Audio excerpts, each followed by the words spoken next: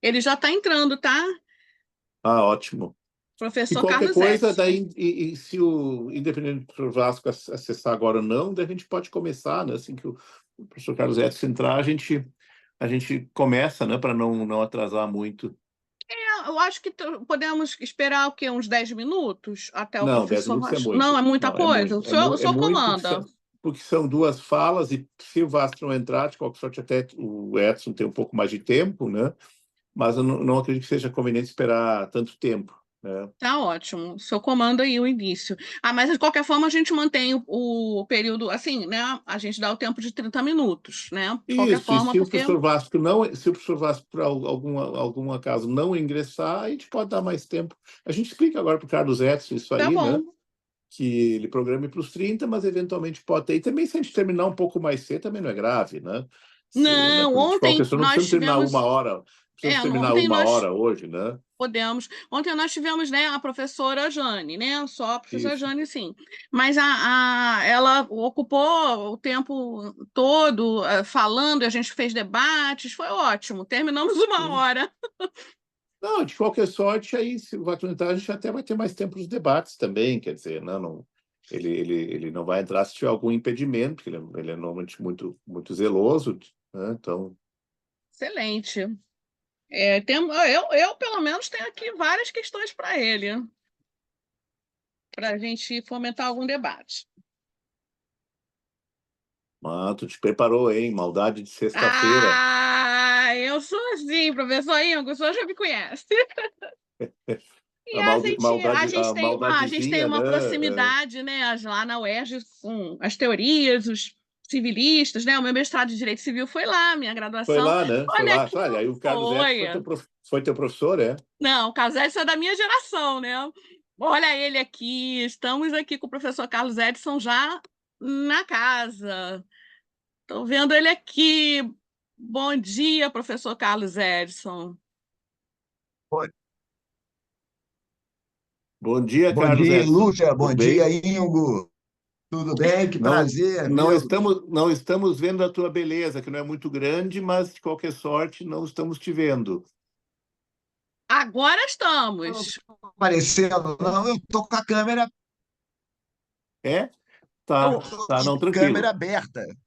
Tá, agora eu tô vendo também. Agora eu tô A vendo minha também. internet está um pouquinho fraca, eu acho, aqui. Eu estou fora. Não, tô te vendo bem aí agora também.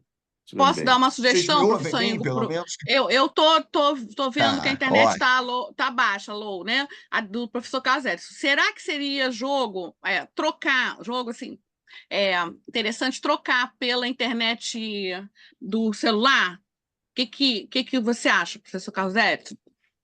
Que tá um pouco, tá abaixo e Peraí. Tá, congelou a tela, né? peraí que eu vou tentar. Só um Tá, instantinho aqui. temos tempo. Tá, só um minutinho. É rápido, é rápido. Vou fazer.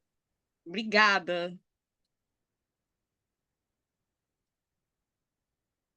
Essa coisa do evento online é isso, né? A gente tem uma praticidade enorme, mas depende das tecnologias, né? Outro dia lembro, o professor estava aqui no dia que o professor Guilherme Pupi teve um problema por causa de uma tempestade. Sim.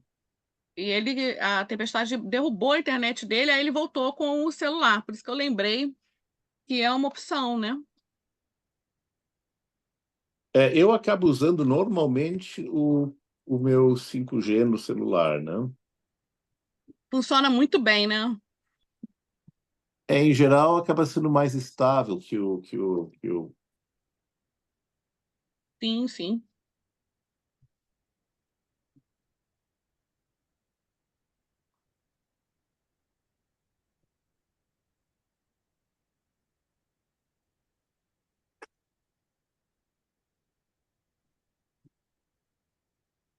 Eu acho que o professor Vasco ainda não entrou. Eu já procurei o nome dele aqui e não achei. É,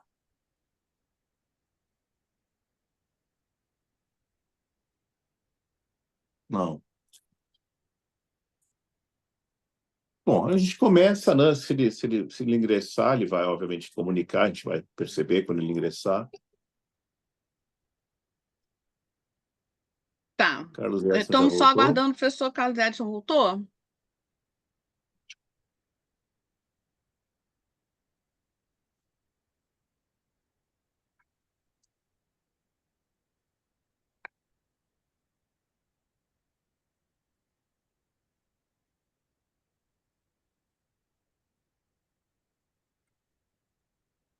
Aguardar o retorno dele.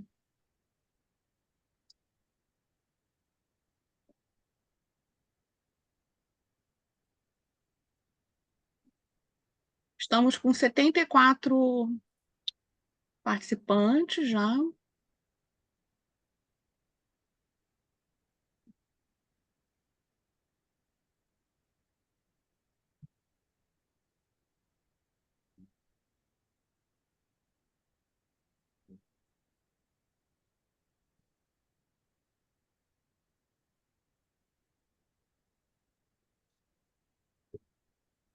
Não voltou ainda? Ainda não.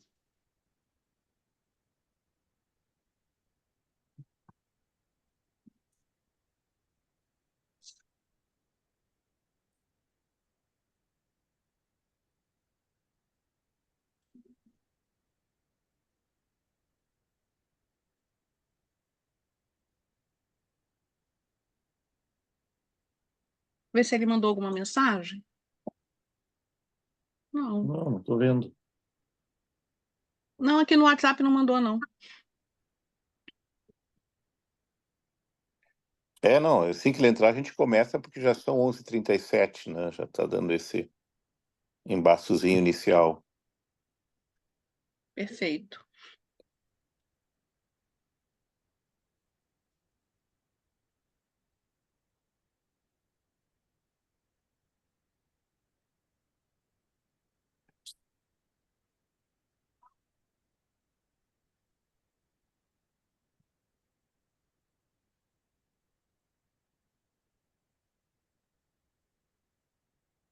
Bom dia, professores. É, Bom dia, tudo bem? Bom Tudo dia. bem? Enquanto o nosso palestrante não chega, será que vocês poderiam me fazer uma gentileza de esclarecer uma dúvida?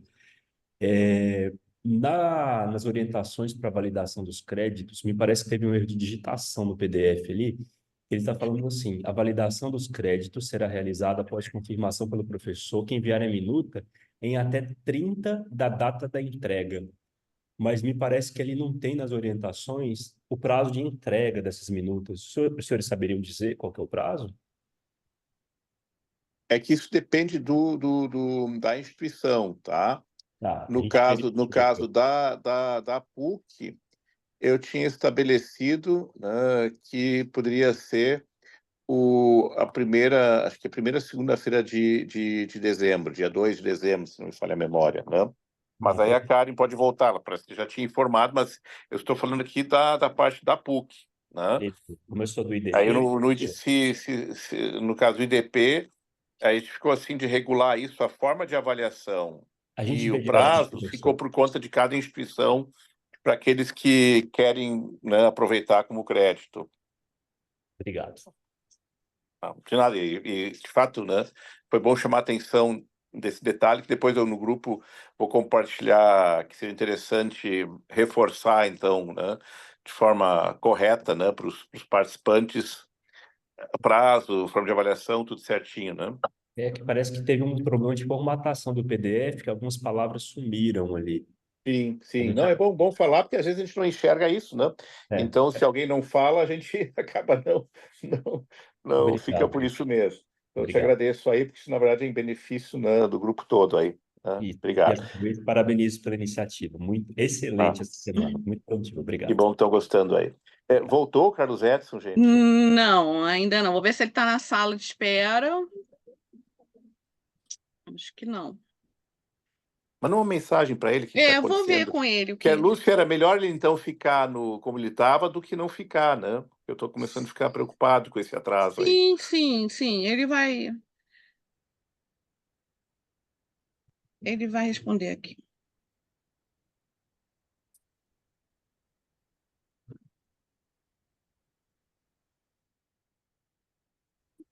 Posso sugerir, se ele voltar como estava e se ficar muito ruim, travado, eu posso sugerir que ele feche a câmera, professor? Sim, sim, sim. Mandei uma mensagem.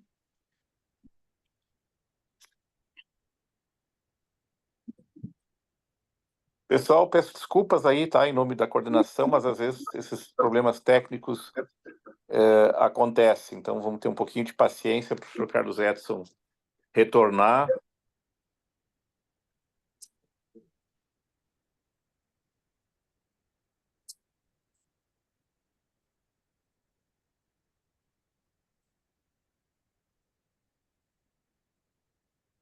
Lúcia, a gente tem normalmente o ato de culpar o presidente da mesa. Ah, tá bom, pode me culpar. Olha, mas eu também vou recompensá-los hoje. Vocês vão ter um debate, né, um dia magnífico, como todos os outros foram, né? Mas hoje teremos. Então, eu vou aproveitar e fazer uma propaganda aqui, professor, se o senhor me permite. A propaganda das atividades em Granada. Que, pessoal, vale muito a pena participar. Não, eu já fui há 2 anos. Vai ser lançado o edital daqui a algumas semanas, né, professor Ingo? Não, acho que vamos tentar lançar o quanto antes, né? Porque a gente já está fechando a programação do Congresso, né? Que vai, Uhum, né? E depois vai ter a atividade em Granada. Nós vamos ter um congresso em Madrid, dias 23 e 24 de janeiro, e com a possibilidade de doutorandos, né, também apresentarem trabalhos, e depois, dependendo dos trabalhos uhum. selecionados, também parte na publicação. E depois vamos ter, né, como bem lembraste, vamos ter o curso de Inteligência Artificial Direito, mas dessa vez um curso um pouco diferente. Ele vai ser predominantemente ministrado por professores realmente europeus e espanhóis, porque ele vai ter como foco, diferente das outras vezes, realmente como foco a regulação de inteligência artificial na Europa. Tá? Aí vamos ter 3 ou 4 palestrantes do IDP e da PUC do Rio Grande do Sul, mas o curso, dessa vez, o foco é esse. Né? Mas o congresso, evidentemente, segue o padrão dos 2 congressos anteriores. Né? E aí Legal. vai ser um na sequência do outro. Granada vai começar dia 27 de janeiro, quer dizer, praticamente dá para passar o final de semana em Madrid ou em Granada, para quem quiser participar dos dois, né? Ou puder E participar os dos dois vão dois. ter a modalidade híbrida, professor, tanto o Os dois vão Congresso ter quanto. os Isso, dois vão isso ter é muito modalidade bom. híbrida. Eu Os participei dois do vão ter modalidade. Congresso em 2022, eu acho, e participei dos 2 anos seguintes, né, do curso em Granada, né, como doutoranda. Eu achei sensacional. O Congresso também foi híbrido. Na época a gente estava ainda no regime híbrido, né, da pandemia. Sim, Híbrido não, sim. ele foi híbrido. Eu lembro que alguns professores estavam lá, mas sensacional, tem a publicação depois, vale a pena o pessoal participar, enviar trabalhos, e o curso, esses cursos têm sido magníficos para a nossa formação. Então, conselho a todas e todos aí podem participar, se não puderem ir, né? Tem a modalidade online, vale muito a pena, pessoal. Sim, sim, sim. Não, perfeito, perfeito. Então, só que assim, o Carlos Edson nada, né? Pedi aqui para ele me responder. Ele está tentando voltar, mas está ruim. Eu vou botar. Você pode voltar daquele jeito mesmo. Acho que está ruim É, voltar de qualquer jeito. também se vai participar de uma atividade, tem que estar no lugar adequado, né? Tem.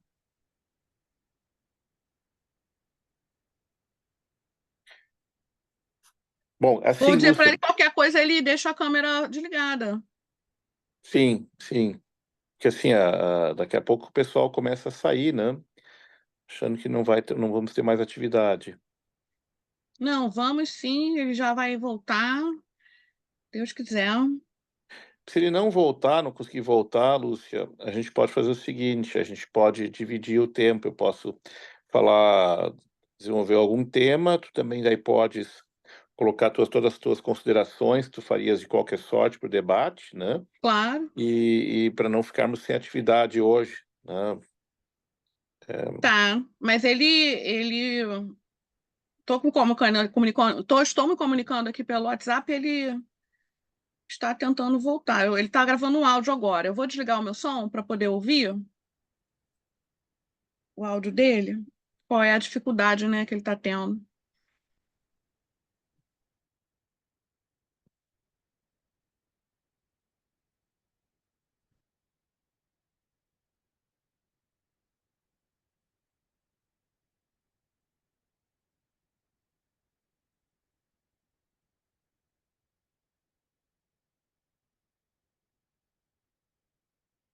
É, porque ontem a Gabriele não pôde participar, que está realmente uma gripe muito, muito, muito forte, né? Teve que ter no médico, tomando antibiótico, Eu atrasar então a já não programação. conseguiu. O que você acha para começar logo? Você que sabe. Professor, ele sugeriu que a gente comece, né? Aí o senhor começaria, porque ele está tentando, agora ele está no hotel. Então, até mesmo a rede do hotel, né? Está com dificuldade, o celular, todas as redes dele. Aí ele, enquanto está resolvendo esse problema técnico, o senhor poderia começar falando de um dos temas, eu posso trazer alguma contribuição e ele entra em seguida. O que que o senhor Tá, acha? Posso pode responder ser. isso para ele? Eu não sei se os nossos acompanhantes, né, vão achar a substituição, espero que temporária, né, à altura, pelo menos a minha, né, com a Lúcia, com certeza. Lúcia, quem sabe, porque assim, se ele diz que vai voltar, né, também podes tu começar a falar, se quiseres, né, faz uma fala de uns, acho que faz uma fala mais curta, é claro, estava tempo dele voltar, né, como tu quiseres. Agora, não sei se tuas provocações são realmente muito mais para o debate, né, do que propriamente uma exposição. Só te falei uns 10, 15 minutos, não mais que isso, só para dar tempo dele entrar e eventualmente até já preparar o terreno, né, embora não tenha agora em mente qual era o tópico que ele iria desenvolver. Né? Eu penso que essa ideia inicial do senhor é até melhor, do senhor fazer umas primeiras, uma primeira fala e eu trago as provocações, porque eu trouxe, preparei algumas provocações, não preparei exatamente uma fala para Tá. hoje. Então, sim, eu vou fazer uma breve fala, então, porque é um tema que, embora eu já tenha falado várias vezes sobre isso, mas dessa vez nesse curso não foi falado e o público acaba sendo, pelo menos em grande parte, distinto. Então, se me permitem, colegas, enquanto o professor Carlos Edson da UERJ tenta se conectar de novo, né, se realocar onde ele está, também não é de se esperar que no hotel, né, de boa qualidade, né, o professor Carlos Edson, né, nunca fica em hotéis que não são de boa qualidade, a gente não tenha pelo menos uma internet mínima de condições, isso também ninguém espera, né, que vá acontecer. Então, eu vou começar a falar de um tema que, de certa forma, guarda uma ligação com todos os temas que acabam sendo tratados em termos de consulismo digital, usando ou não usando o rótulo, né? Porque a gente sabe da visão crítica de alguns, inclusive da professora Jane, né? Da professora Clara Keller, entre outros, né? Mas o fato é que o tema do tecno-autoritarismo, né? Seguramente é um tema hoje muito importante, tem sido cada vez mais trabalhado e tem uma certa onipresença, né? Porque ele se desdobra, né? Ele acaba realmente envolvendo todas as áreas do conhecimento, acaba envolvendo uma série de questões relevantes, né? E é óbvio que o conceito em si é muito simples, mas é um tema muito complexo. O conceito é simples, né? Porque basicamente é o uso de tecnologias, e obviamente das novas tecnologias, e no caso atual das tecnologias digitais e da própria inteligência artificial, para aumentar os níveis de controle, né, do Estado, mas também de setores da sociedade sobre os cidadãos, sobre os indivíduos, e não só em termos individuais, mas também em termos de manipulação coletiva, né, o que ainda é mais grave, né, o que é mais grave, né? E é evidente que um outro fenômeno, que é um fenômeno que sempre existiu, mas ele também se fortaleceu muito e amplificou muito com a revolução digital, ou transformação digital, como preferem outros, é o fato de que ele não é mais centrado no Estado, né? Porque no Estado autoritário, evidentemente, as novas tecnologias permitem que ele seja muito mais intrusivo, mais controlador, né, do que normalmente já é. Mas, além disso, temos o tecnoautoritarismo privado, que é pior, porque o tecnoautoritarismo privado ele é tido em geral como bom, ele é tido como algo tolerável, ele sequer é percebido pela maioria das pessoas como tal, né? Porque nós nos entregamos e vamos nos entregando, né, todos basicamente ao controle e monitoramento das Big Techs, e as Big Techs, evidentemente, não estão submetidas a controle. O que buscam fazer, na verdade, é fugir de qualquer tipo de controle e regulação, né, ou manipular autocontrole e regulação. Portanto, é evidente que esse poder informacional, né, ele acaba sendo também danoso, né, por parte das Big Techs, né? E, portanto, o que nós temos também é que estados que são, em princípio, democráticos, o tecno-autoritarismo vai corroendo, digamos assim, essas estruturas, né? E é claro que tem vários elementos do tecno-autoritarismo que podem nos ilustrar isso. Eu só vou citar os 6 principais, e aí parece para o Carlos Edson, só para não deixar pelo menos concluir esse parágrafo, né? E, de certa forma, isso também dialoga com o que ele vai provavelmente apresentar para nós, então, logo em seguida. Carlos Edson, só vou terminar, então, essa preliminar de mérito, né? Conjunto de terceira categoria que prepara o show, né, da Beyoncé. Não é que tu seja a Beyoncé, Carlos Edson, né? Tu pode ser o Justin Bieber, né? O Bruce Springsteen, ou alguém assim, mas de qualquer sorte, seriam os elementos do discurso do ódio digital, da desinformação nas suas diversas modalidades, da hiperconexão e da exposição que ela gera e vulnerabilidade a esses fenômenos, né, com seus efeitos perversos também, da exclusão digital, né, também uma forma muito perversa de dominação, né, que também envolve um outro aspecto que não é da exclusão digital, mas é da discriminação, né, algorítmica, do vigilantismo, né, e da separação informacional de poderes, apenas para falar dos mais assim visíveis, né, desses fenômenos, né, entre nós, né?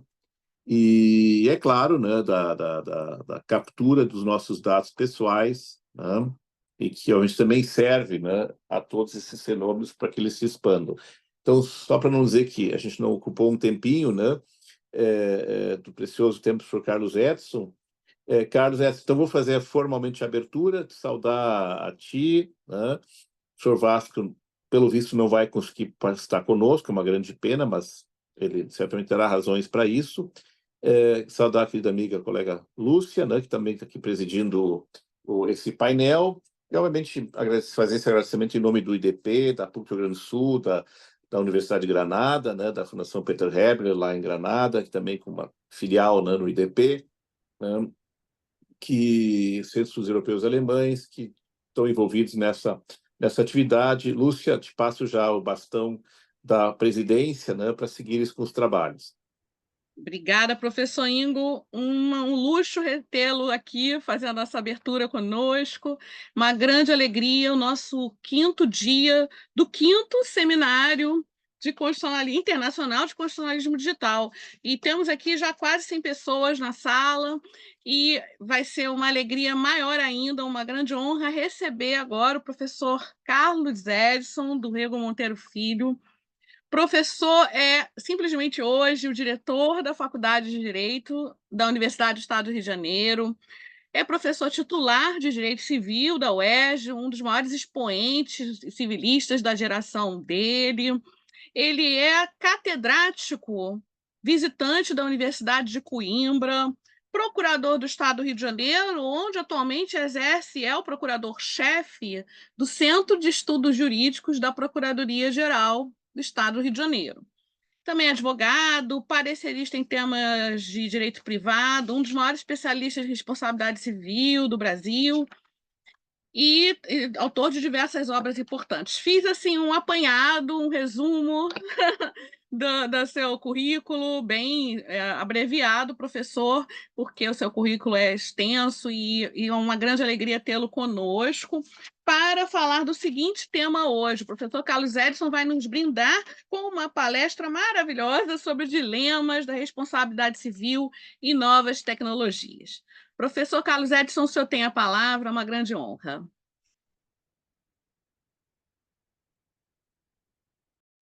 Obrigado, querida amiga Lúcia Teixeira. É um prazer estar com a querida amiga aqui nesse evento, professora do IDP. Minha saudação inicial também ao querido amigo, professor Ingo Wolfgang Sarlet, aqui presente, amigo de longa data e de tantas jornadas, um prazer. Cumprimento a todos e todas aqui nessa sala virtual tão cheia, tão calorosa. É um prazer para mim estar aqui. Eu espero que a minha internet tenha melhorado. Vocês estão me ouvindo bem, sem interrupção? Está perfeita, professor Carlos Edson. Não Obrigada. congelei, não sumiu a voz, está ótimo. Então estamos no lucro. Eu mudei de lugar aqui para conseguir uma conexão um pouco mais estável. Eu estou dentro de um hotel, estou fora do Rio de Janeiro. E vamos lá então, né? O tema é explosivo.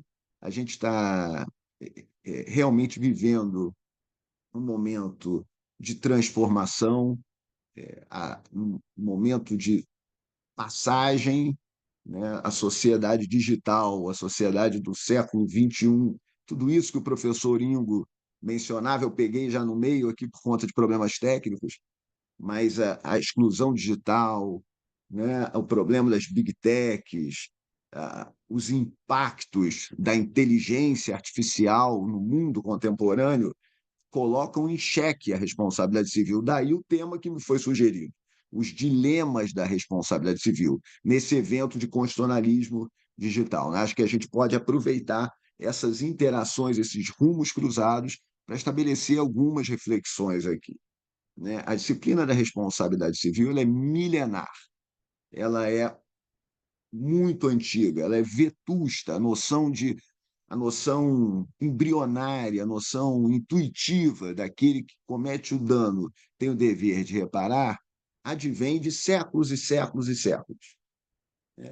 E a gente vê uma transformação grande da responsabilidade civil, sobretudo a partir do século XIX, quando a doutrina se consolida em torno da noção de culpa, o eixo da responsabilidade civil. Me permita um rapidíssimo esforço histórico, mas o eixo da responsabilidade civil do século XIX se articula inteiramente em torno da culpa, do aspecto subjetivo, da questão anímica do agente, do comportamento do agente, do psique do agente. Esse aspecto subjetivo ditava toda a disciplina e articulação da responsabilidade civil ao longo do século XIX. Com a passagem, com os surtos de industrialização e de urbanização, na passagem do século XIX para o século XX, surge, então, a chamada responsabilidade objetiva.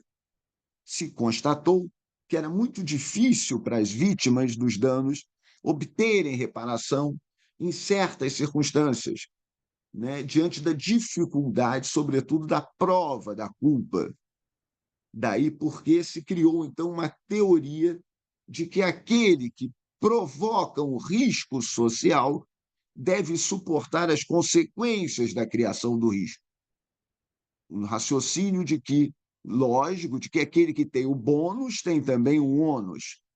E, portanto, a criação do risco justificava, em alguma medida, a objetivação da responsabilidade. A gente passou, então, ao longo do século XX, a desenvolver mais e mais teorias de responsabilidade objetiva, risco administrativo, nas questões da administração pública, ligadas à responsabilidade do Estado, risco integral para as atividades nucleares, alguns querem ver o risco integral também nas questões ambientais, risco proveito, risco criado nas relações privadas e tantas outras teorias do risco. Então, ao longo do século XX, a gente diz que a responsabilidade se objetivou. E, portanto, a gente tem os seguintes paradigmas. Século XIX, para sistematizar: responsabilidade subjetiva centrada na culpa. Século XX, responsabilidade objetiva nas diversas teorias dos riscos. Século XXI, de que responsabilidade civil nós falaremos?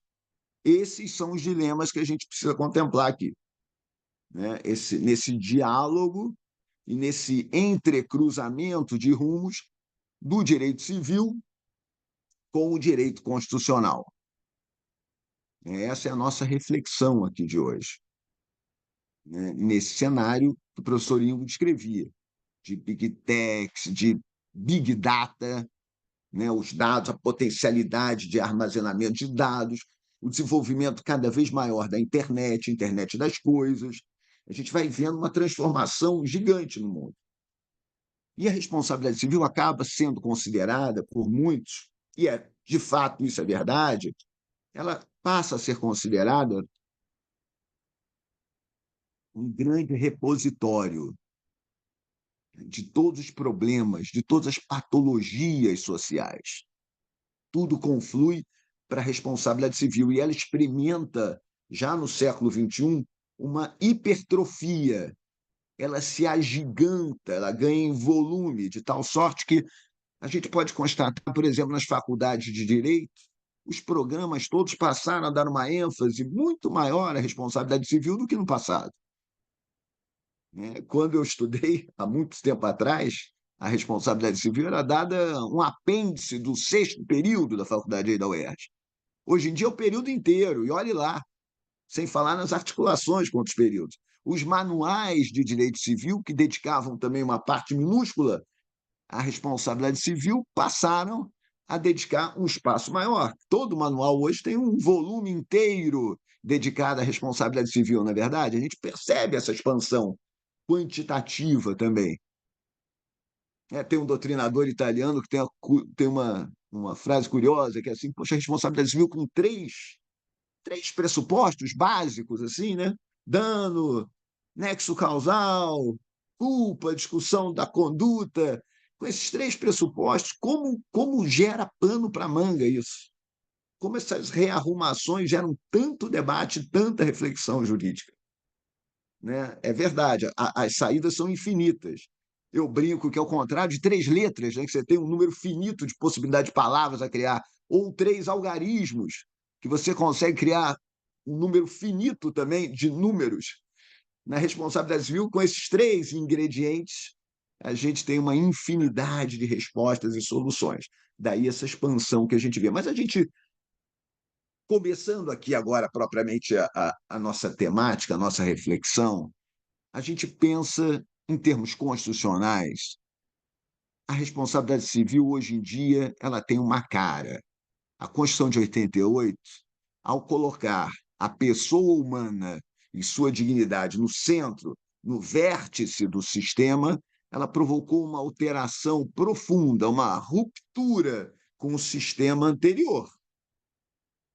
Isso é inegável. Os valores existenciais, a solidariedade social, tudo isso foi posto a um outro patamar na Constituição de 88.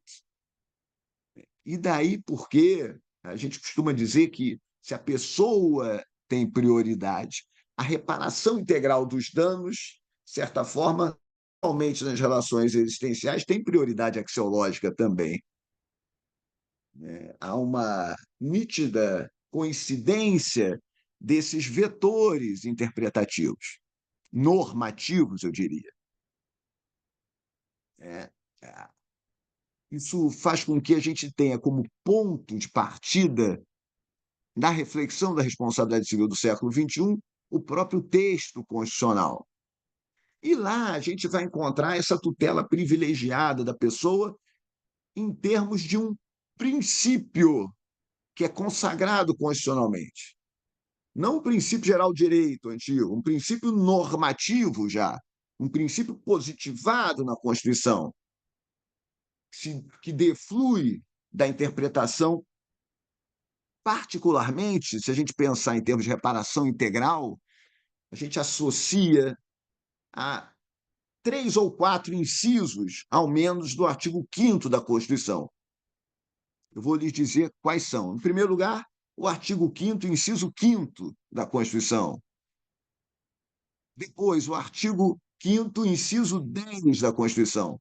Então, inciso 5º, inciso 10, e, mais recentemente, quando a proteção de dados no Brasil passou a ser tratada expressamente pela Constituição da República e já implicitamente antes disso pelo Supremo Tribunal Federal como um direito fundamental, o inciso 79 da Constituição da República, novo, proveniente da emenda constitucional de 2022, passou a assegurar também a proteção de dados como um direito fundamental, associando-se, portanto, a essa cobertura extrapatrimonial de valores existenciais da pessoa humana no plano constitucional. Então, da interpretação conjugada desses 3 incisos do artigo 5º da Constituição, somados ao artigo 1º, ao artigo 3º, da dignidade da pessoa humana, tutela da solidariedade social, todas essas tutelas, da isonomia substancial, tudo isso associado traça o que a gente chama de um perfil existencial do princípio da reparação integral. Então, esculpida na Constituição está essa presença do princípio da reparação integral no plano existencial, nesses incisos que eu mencionei, nesses dispositivos citados. Mas também há um outro perfil, na medida em que a lesão a um bem, a um interesse juridicamente tutelado, costuma gerar efeitos também patrimoniais, há um perfil patrimonial também na Constituição. O próprio inciso 22, que garante o direito da propriedade, é a base constitucional do princípio da reparação integral na sua vertente patrimonial. Notem lá, na medida em que o sujeito que sofre um dano, que sofre os efeitos da lesão, se ele tem um menoscabo patrimonial, ele vê atingido o seu direito de propriedade, que é tutelado constitucionalmente. E, portanto, violado o direito de propriedade, maculada a integralidade da sua propriedade, ele tem direito à reparação na medida exata da extensão dos danos causados, como diz o artigo 944, caput, do Código Civil. Então, aqui a gente tem, então, um princípio da reparação integral em termos constitucionais com seus 2 perfis, existencial e patrimonial. Está claro? Esse é o nosso ponto de partida aqui de hoje. Porque a gente vê que a responsabilidade civil, na virada do século XXI, no final do século XX, ela assume um compromisso de tutelar prioritariamente as vítimas do dano, de olhar para a vítima do dano. Nessa medida, o Orlando Gomes, que é um professor ilustre em civil, todos conhecem, dispensa apresentação, da Universidade Federal da Bahia, entre outras instituições, professor Orlando Gomes, com tantas preocupações sociais, que sempre o caracterizaram sua pessoa. O professor Orlando Gomes propagandeou, proferiu uma lição nos anos 70, 80, na virada dos anos 70 para 80 do século passado, século XX, defendendo um giro conceitual. Essa expressão ficou muito conhecida. Eu acredito que muitos aqui, mesmo os que não tenham familiaridade com o direito civil, ocasionalmente, vão conhecer essa expressão do professor Orlando Gomes. Orlando Gomes dizia, então, se faz necessário um giro conceitual na responsabilidade civil, para se olhar detidamente não já para o causador do dano, mas para a vítima da lesão. Um olhar atento, em concreto, para aquela vítima em específico. Esse giro conceitual teve uma série de desdobramentos e foi muito importante na disciplina da responsabilidade civil, na sua ampliação, nessa hipertrofia que eu mencionei da disciplina da responsabilidade civil no Brasil e no mundo de maneira geral, por que não dizer? Isso o Orlando Gomes captou muito bem e foi um dos artífices do plano teórico dessa formulação nova da responsabilidade civil, em torno de uma centralidade da pessoa humana no sistema de reparação de danos.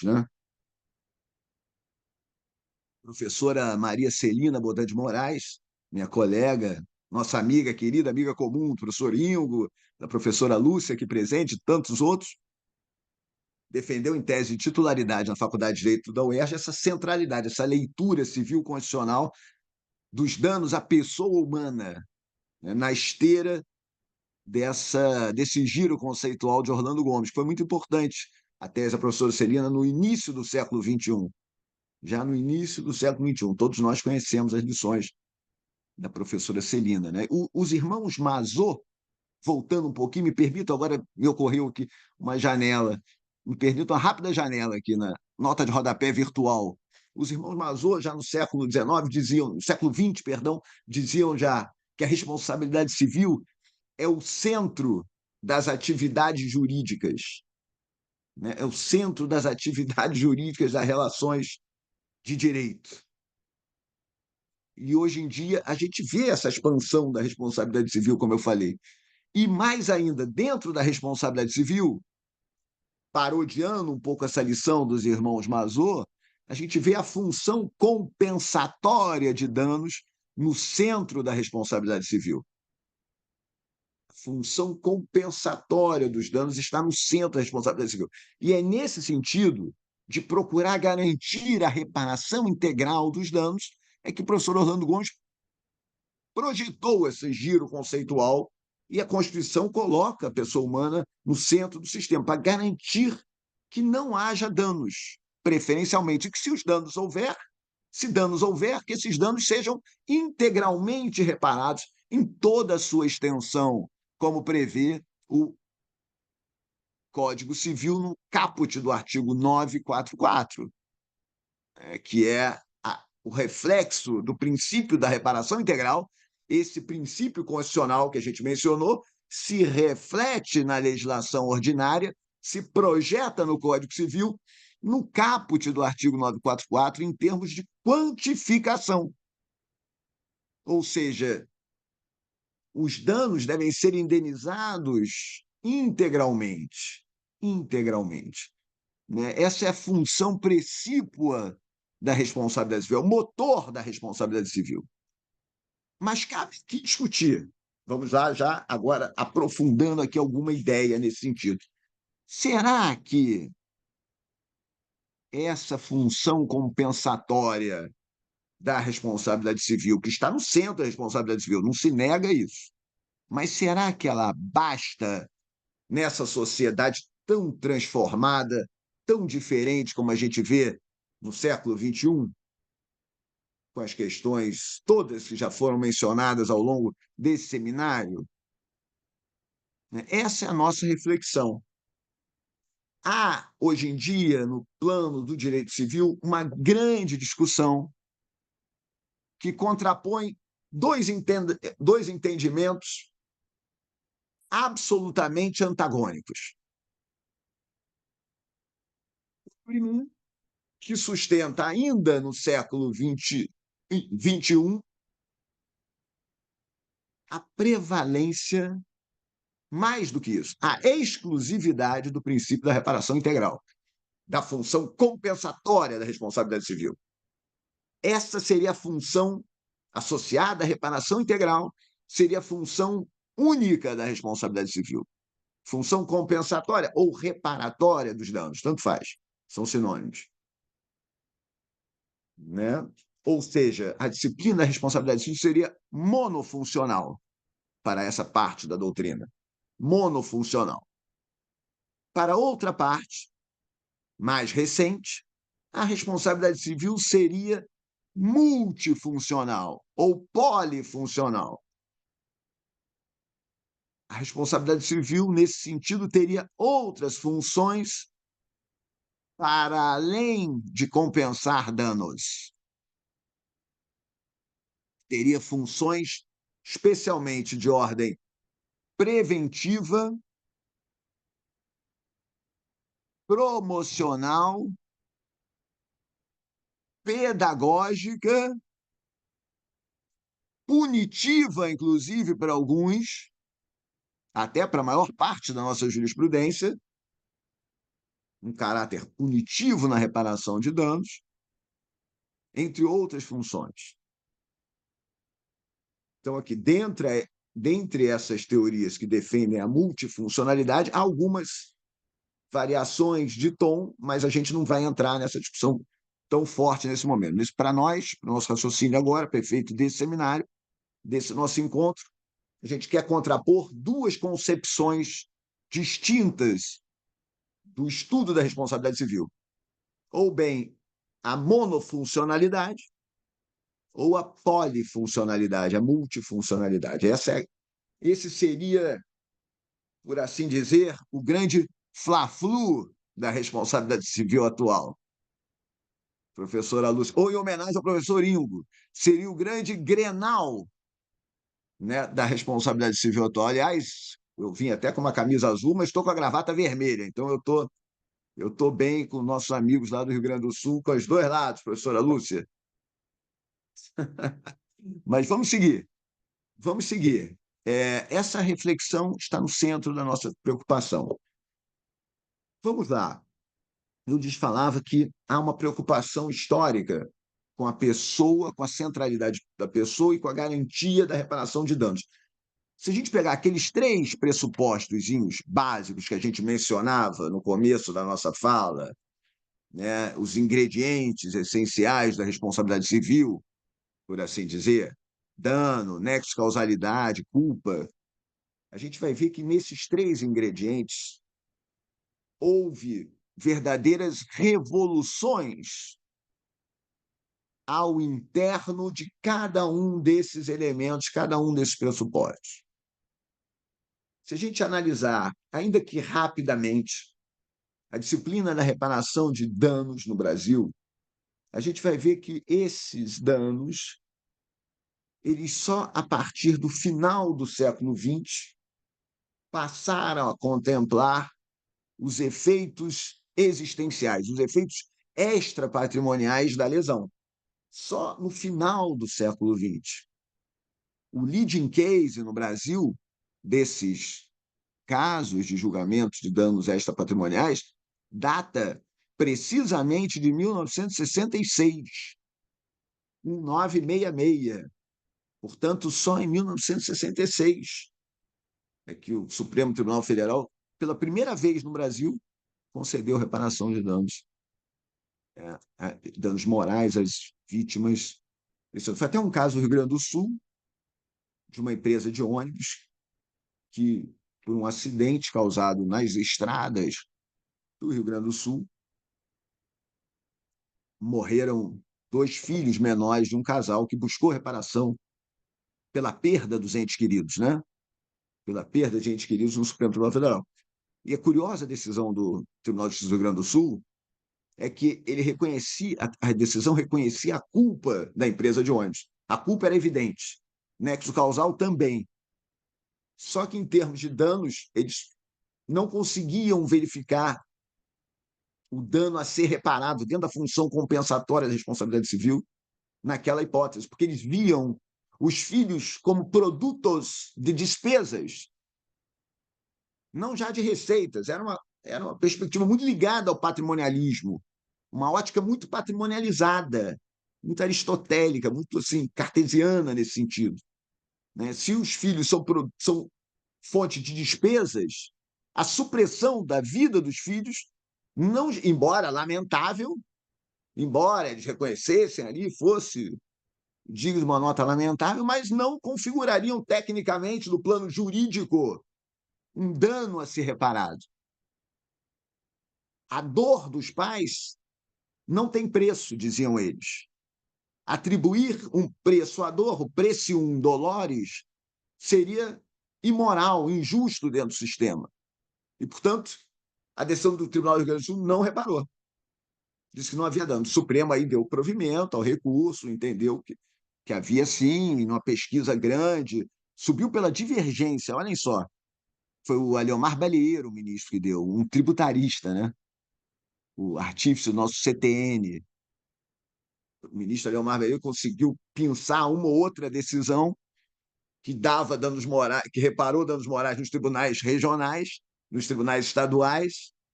E aí, não, tem divergência.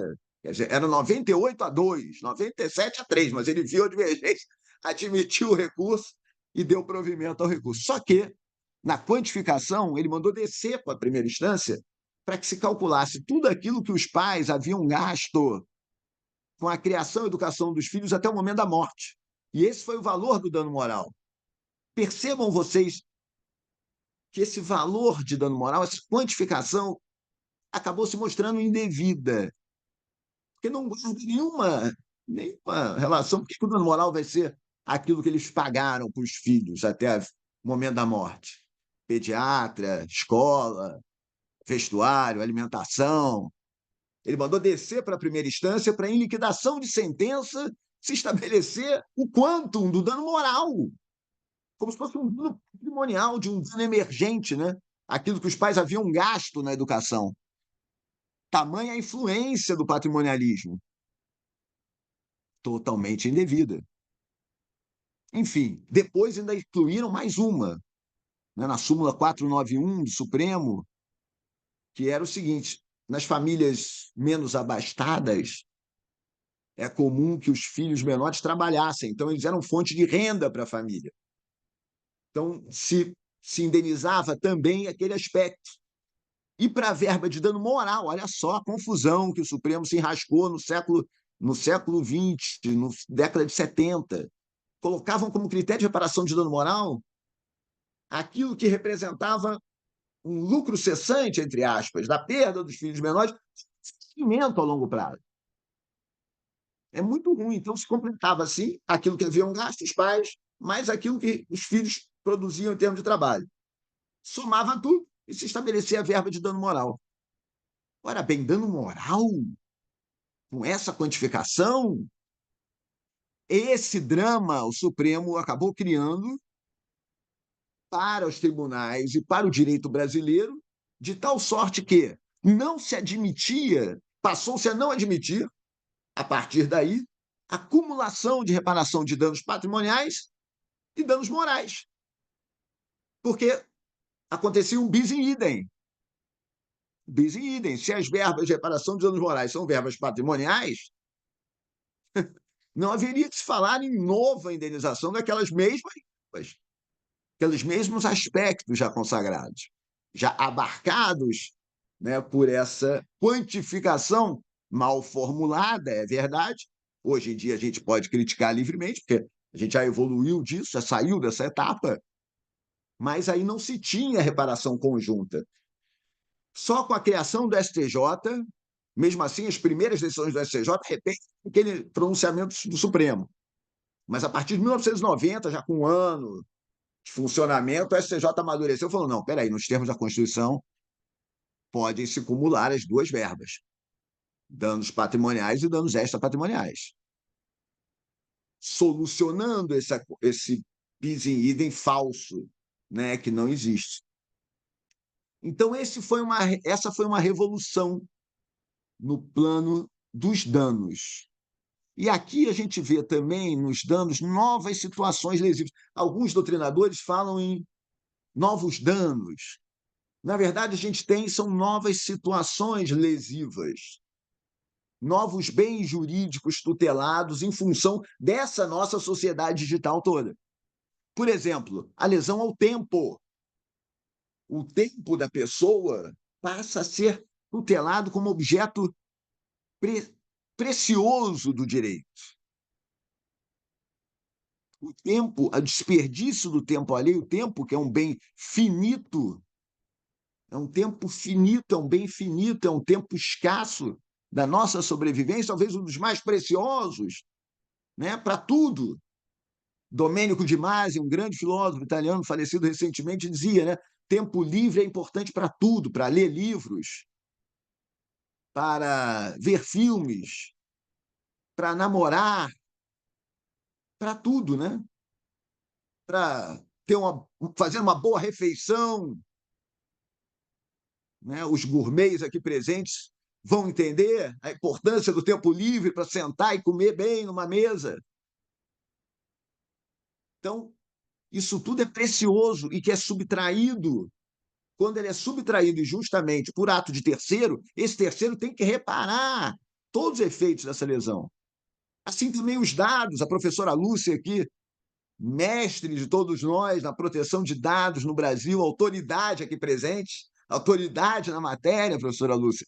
Os dados passam a ser tutelados também né, no sentido não só da privacidade, da importância da privacidade, mas da autodeterminação informativa, como dizia o querido amigo falecido professor Danilo Doneda, né, que trabalhou no anteprojeto da LGPD no Brasil, quando estava lá no Ministério da Justiça, né, quando estava lá trabalhando lá em Brasília.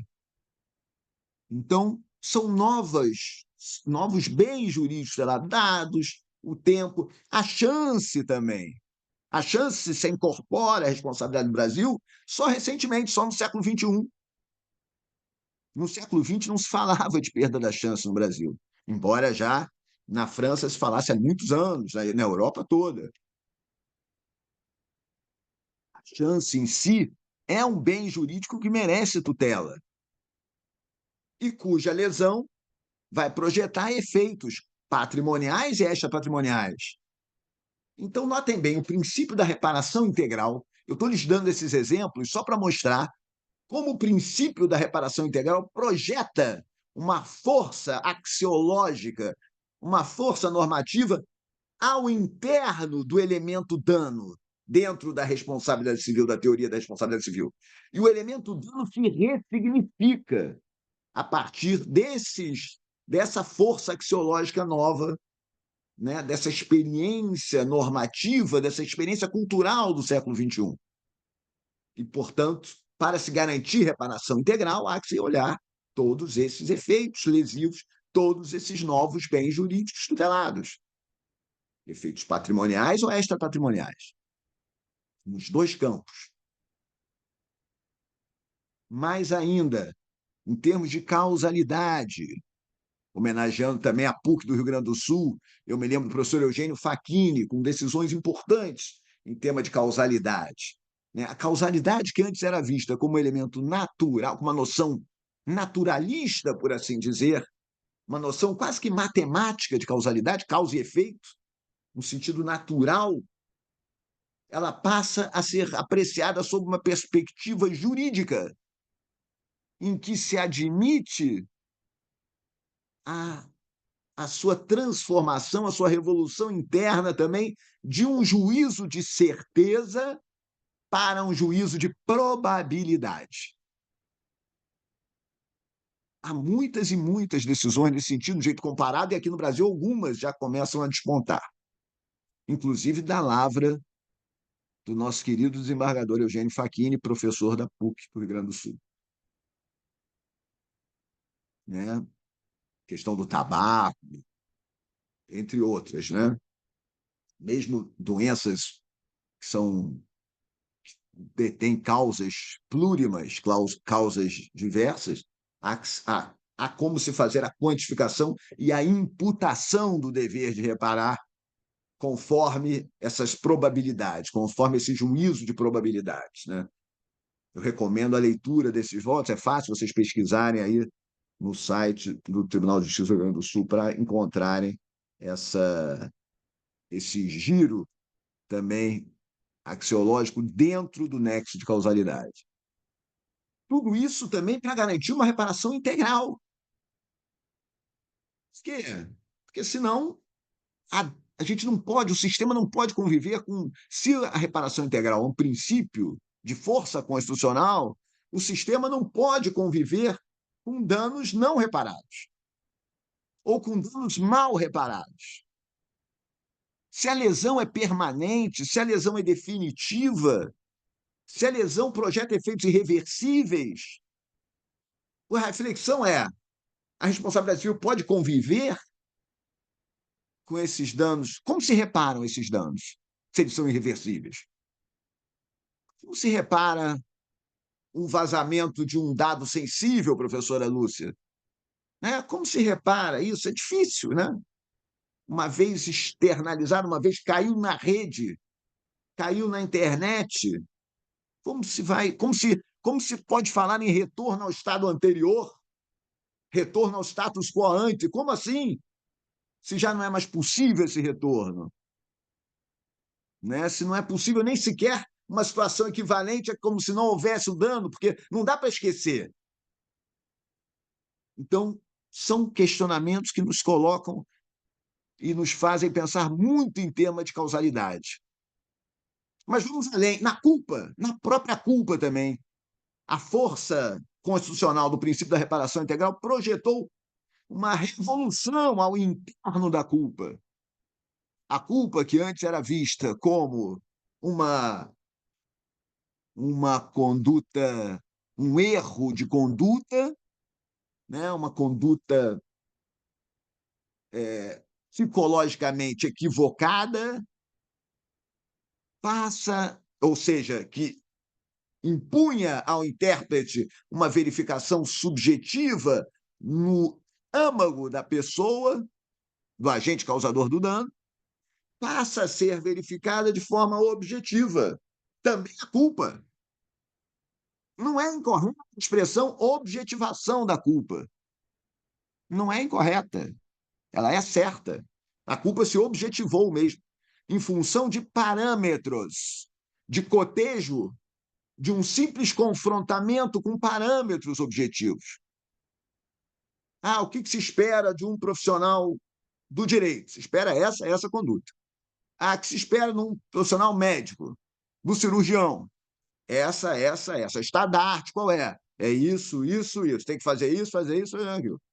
Então, você tem elementos, a gente passa a ter elementos concretos para verificar a culpa, não já como um erro de comportamento, mas como um desvio de conduta a partir de estándares, referência, parâmetros objetivos para cada caso concreto. Então, você compara, basta comparar-se a conduta do autor do dano com a conduta esperada, né, para aquele profissional, aquele segmento, naquela época. E aí se tem, então, a chamada culpa normativa. Estava guardando para finalizar esse ponto com o nome em iuris correto, né? A doutrina da culpa normativa. Essa culpa objetivada. Então, percebam vocês que, em nome de garantir a reparação integral, a responsabilidade civil se objetivou tanto e criou tantas hipóteses de responsabilidade objetiva que a gente tem hoje. Se a gente estabelecesse, eu fiz esse estudo uma vez, das fronteiras de responsabilidade objetiva com a subjetiva, e a gente vê que, em termos quantitativos, há um número muito maior de ações que tramitam, né, nas nossas cortes, que tem como causa de pedir a responsabilidade objetiva do que a subjetiva. Coisa de 90% a 10%. Basta pensarmos, pelo menos era, acho que agora é até mais, basta pensarmos em que a responsabilidade do Estado e a responsabilidade em tema de relações de consumo é basicamente objetiva, a de consumo, a do Estado também.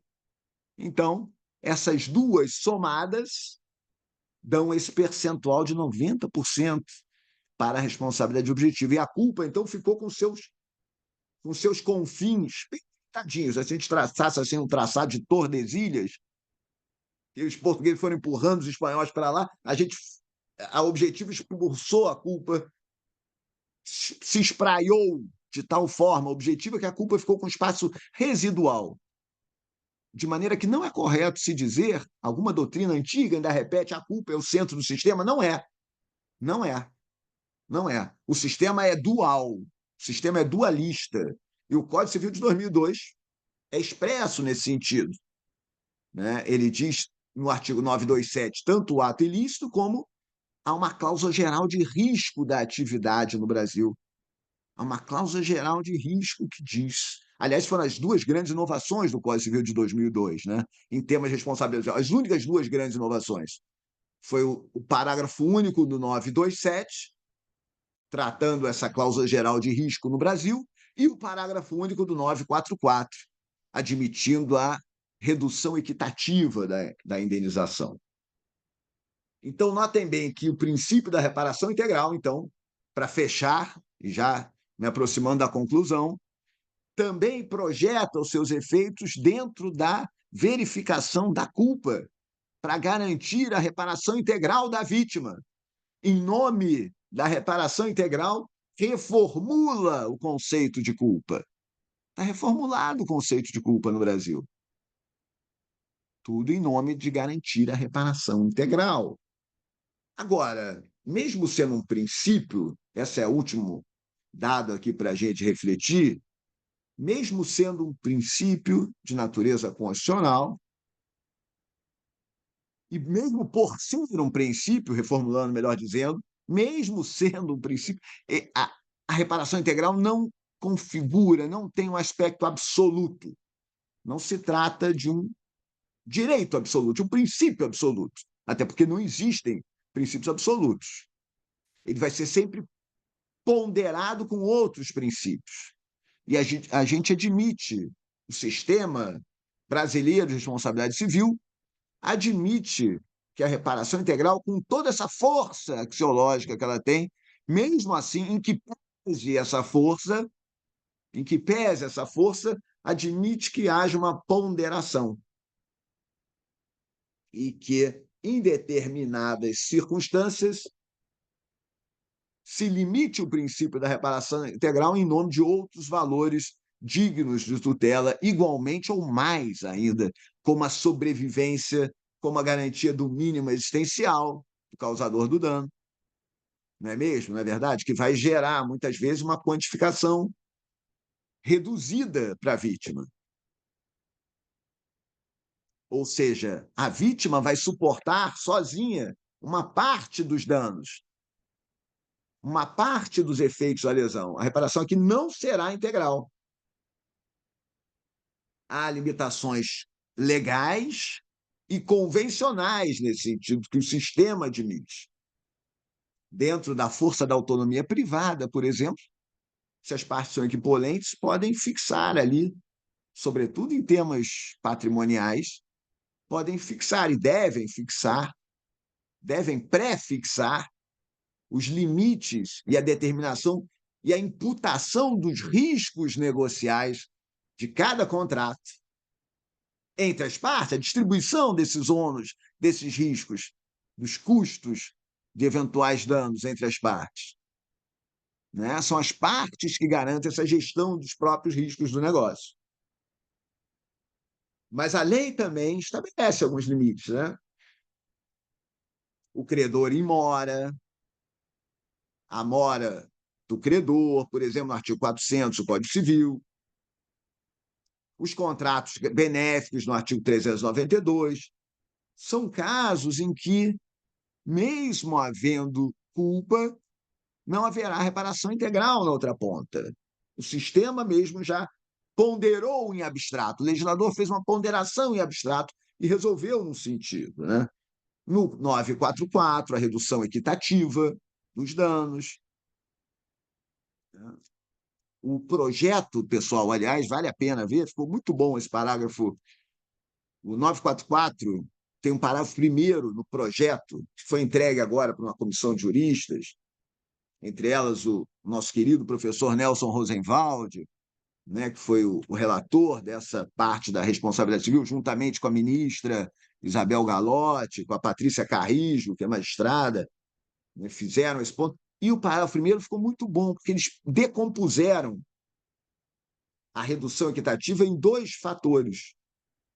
Um que premia a conduta prudente das partes, uma sanção premial para as partes, uma redução conforme a conduta do ofensor. Não já falando em culpa, mas na verificação em concreto daquela conduta. Mesmo na responsabilidade objetiva. Mesmo em tema de responsabilidade objetiva. Ficou muito bom. E o outro, e a segunda hipótese é justamente a tutela do mínimo existencial, que o 944, parágrafo único original, não contempla, e a doutrina fazia um esforço, o professor Luiz Edson Fachin, né, e outros mais, procurando expandir os termos do artigo 928, parágrafo único, para alcançar essas situações. 928 lá, que é outra hipótese, dizendo que aquele parágrafo 928 tem uma força expansiva, uma concepção doutrinária puramente, que agora, se o Código Civil nesse particular for aprovado, né, essa reforma, a gente vai ter esse ganho qualitativo também. E mais ainda, para finalizar, na quantificação, a reparação integral hoje contempla novos desafios, né? Os chamados debates instrumentais da reparação integral, o seu refinamento quantitativo. E aí a gente vai ver aqui algumas figuras, como a compensatio lucri com danos, a compensação de lucros com danos, a mitigação, o dever ou ônus de mitigar os próprios danos, eventualmente a restituição de lucro ilícito, o chamado lucro da intervenção. São temas maravilhosos. A responsabilidade civil, notem como a responsabilidade civil avançou, né, nos últimos anos. As possibilidades de reparação in natura, pedido de desculpas para dano à honra. Não há como deixar de mencionar também nesse refinamento da quantificação a teoria do método bifásico do cálculo da reparação do ministro Sanseverino, né? Num primeiro momento projetando uma média daquelas situações e depois concretizando para cima ou para baixo, conforme as circunstâncias de cada caso concreto.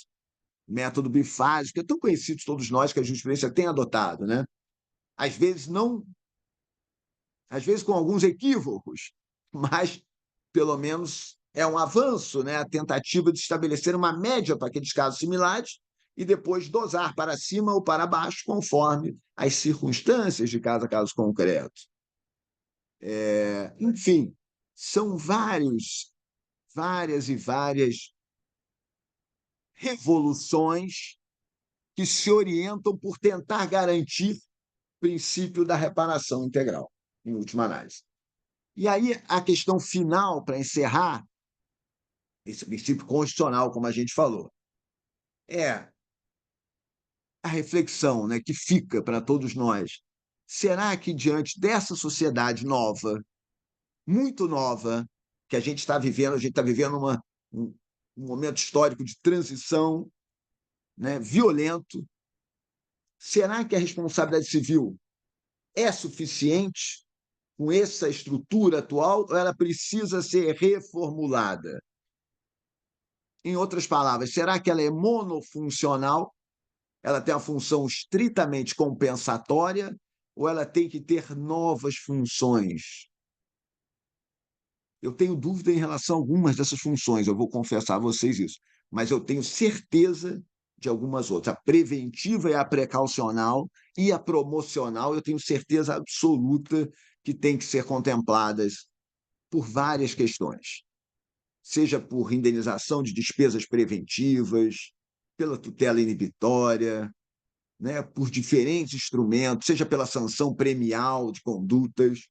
A gente não pode igualar, o direito não pode igualar condutas desiguais na sua essência, né? Então, essa reflexão também para a gente. Será que basta a função compensatória ou teremos que avançar para outras funções? E, na hipótese de termos que avançar, quais são essas outras funções? Aí eu vou deixar para vocês refletirem e para a gente debater um pouquinho quais seriam essas outras funções. De qualquer forma, para concluir agora, professor Ingo, professora Lúcia, será que seria um momento de nós projetarmos um novo giro conceitual na responsabilidade civil em torno dessas funções e voltarmos o nosso olhar para a figura do ofensor também? Né? Será que se a gente está falando de outras funções, da prevenção, da precaução, a gente tem que olhar para a conduta do ofensor com outros olhos e darmos um novo giro conceitual sem as conquistas asseguradas desde Orlando Gomes, mas um novo giro conceitual que consagrasse novas funções da responsabilidade civil, notadamente a prevenção?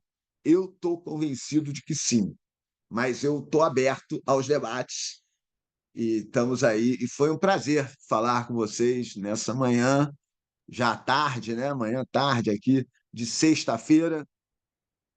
E estou às ordens. Obrigado, muito obrigado a todos, obrigado. Prazer. Muito obrigada, professor Carlos Edson. Excepcional palestra.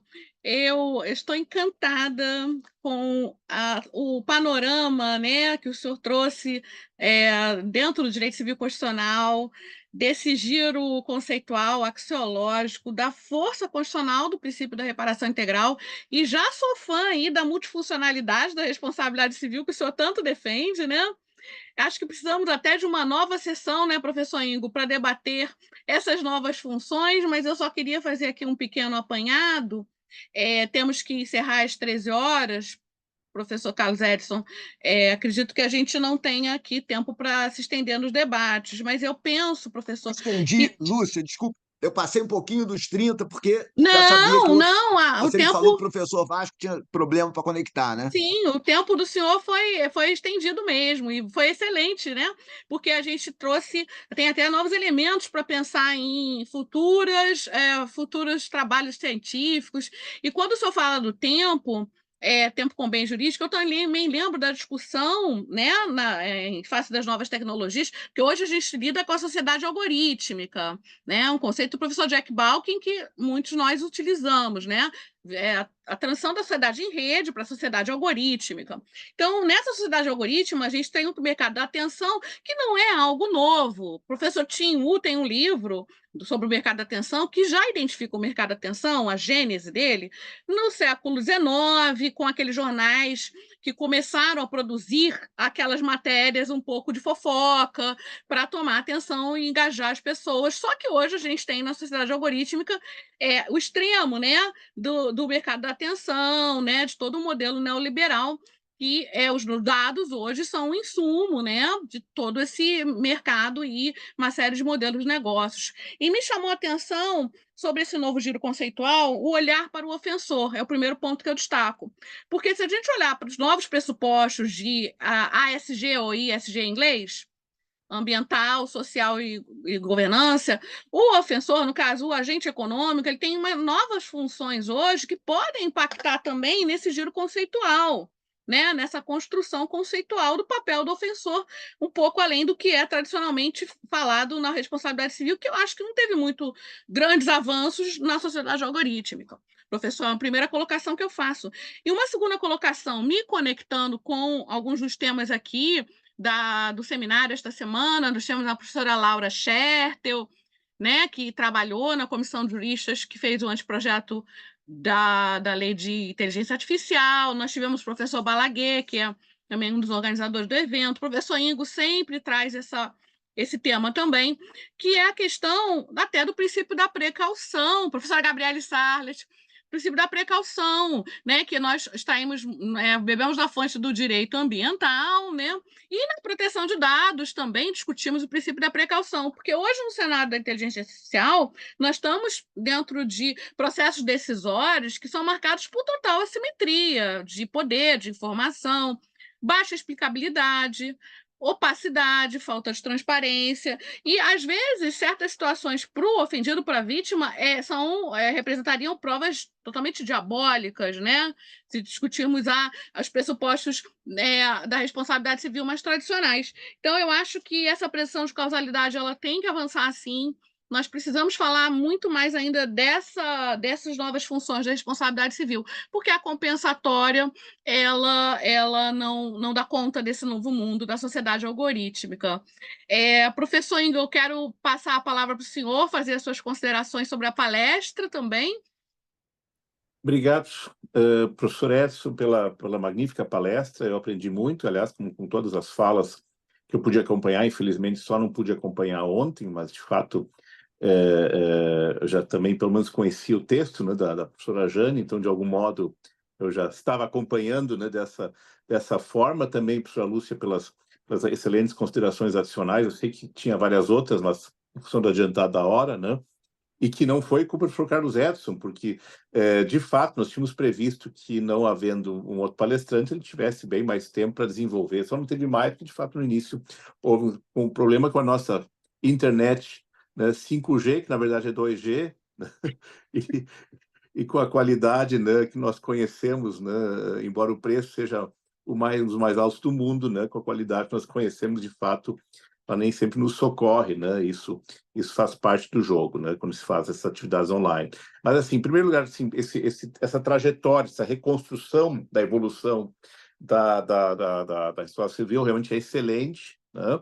E, claro, né, colocar isso no contexto atual, essas observações adicionais da professora Lúcia são absolutamente pertinentes também em relação a isso, e especialmente esse desenvolvimento e a resistência que se tem encontrado em relação à causalidade do sentido jurídico, e nunca é só jurídica, né? Porque, na verdade, que ela envolve são sempre um conjunto de fatores, mas que não se pode mais limitar, né?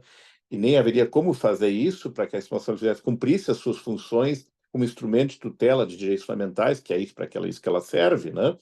E ao fim e ao cabo, né? Além de cumprir um direito fundamental autônomo na própria Constituição, direito à indenização, né? Pelo menos em relação a danos à imagem, honra, privacidade e intimidade, né? De qualquer sorte, essa questão do nexo de causalidade jurídica, ela realmente precisa ser ainda mais desenvolvida, com bem também frisado no contexto da transformação digital, né? Da responsabilidade em função, obviamente, do uso e abuso das tecnologias digitais de inteligência artificial e a resistência que a gente está tendo em relação a essa ampliação da responsabilidade pelo risco, por atividade de risco, obviamente, das grandes empresas, das grandes corporações, né? E não só das big techs, mas também outros parâmetros. Veja as grandes discussões hoje que têm responsabilidade civil ambiental, contra o poluidor indireto, etc., né? Que também dizem respeito a esse desenvolvimento. Eu fiquei muito feliz de poder acompanhar essa atividade, e, claro, agora devolvo a palavra para a professora Lúcia, agradeço também pela... E, assim, deixa eu só colocar uma coisa, professora Lúcia, eu tenho um compromisso depois, e, de fato, teria que sair 1 hora, mas isso não tem problema, tendo público e seguindo o debate, eu já poderia, de antemão, agradecer aqui, em nome das instituições envolvidas, deixar a coisa fluir, na medida que há também possibilidade do professor Carlos Edson, claro, né? E sua, né, dos colegas, e só eu realmente teria que me retirar, mas eu não gostaria de atrapalhar alguma possibilidade de interlocução, né? Só porque eu preciso sair realmente a 1 hora, 1h05 no máximo, porque eu tenho que me deslocar para um compromisso que já estava marcado há mais tempo, a 1h30. Então, eu só queria deixar isso adiantado e qualquer coisa, então, encerramento formal, se eu tiver que sair antes, se acabar evoluindo, fica com a professora Lúcia, né? Já deixo o meu abraço, né? E sigam aqui, por favor, tranquilos. Obrigada, professor Ingo. Será uma honra substituí-lo aqui no encerramento formal das instituições envolvidas e, claro, seria interessante, professor Ingo, talvez devolver a palavra ao professor Carlos Edson para fazer as suas considerações finais sobre nossas últimas colocações, minhas e do senhor. Sim, professor Ingo? Exato, com certeza. Então, Temos que ouvi-lo, né? Ele tem temos que que se ouvi-lo, manifestar sobre isso, né? Não temos que podemos, senão ouvi-lo, ele não porque vai ganhar o almoço depois. Não vai não, ganhar o almoço depois. tem que responder sobre a inteligência artificial agora, porque estamos discutindo exatamente isso no processo legislativo, e riscos inaceitáveis, riscos altos. Vamos interditar, né, algumas atividades, né, que têm riscos inaceitáveis, como a União Europeia decidiu fazer ou não. E temos um balanço aí do que está acontecendo, não dá para fazer agora. A professora Laura trouxe esse balanço no dia dela, foi muito importante ouvir, né? Como está o processo legislativo, e há uma grande resistência a essa nova legislação no Brasil, professor Carlos Edson. Então, na verdade, o link é com a discussão sobre a polifuncionalidade, a multifuncionalidade da responsabilidade civil, né? Se ela responde a esses desafios hoje contemporâneos, né? Será que temos elementos, temos ferramentas para isso? Professor Carlos Edson tem a palavra. Obrigado, meus amigos. Obrigado, professora Lúcia, professor Ingo, pelas considerações, pelas palavras. Vamos lá, a gente é muito afinado, né, em relação a isso tudo, a essas preocupações. De fato, são temas que nos colocam em xeque. Alguma medida, são debates que estão na ordem do dia, quais as possibilidades de remédios, como se garante a reparação integral, como se falar em reparação integral do dano que não é reparável, não é mesmo? Essa é a grande questão. Um dano ambiental, acabou a floresta, acabou, é muito difícil, né? Você poluiu um ecossistema todo, inteirinho. Isso é difícil. Você vai falar em. São questões que nos levam a questionar, a refletir sobre os assuntos. Né? Quais os remédios? Há quem diga que a responsabilidade civil só deve olhar. Essa visão é interessante, né? Que é de uma professora francesa que esteve aqui, não sei se o professor Ingo, acho que ele estava também com a gente, a professora Lúcia estava. Em 2006, a gente fez um grande evento civil constitucional num hotel aqui no Rio de Janeiro para 1.300, 1.400 pessoas. Foi o maior evento jurídico que eu participei aqui no Brasil. E assim, lotado aquele negócio, e a professora Geneviève Vinay veio da França diretamente para cá e nos falou. A professora Geneviève falava assim, que a responsabilidade civil, nessa ocasião, ela deu até uma entrevista para a RTDC, que era a revista que a gente tinha há um tempo atrás. Os que vieram de mais um pouco de longe vão lembrar. A RTDC, era a Revista de Mestrado de Direito Civil, era da editora Padma, né? Um número, assim, não existia ainda artigos circulando pela internet como a gente tem hoje, naquele tempo. E a professora Geneviève, então, deu uma entrevista para a gente, dizendo o seguinte, que a responsabilidade civil ela tem que se reformular, que a gente não pode continuar a olhar o dano pelo retrovisor. Essa expressão eu acho fantástica, né?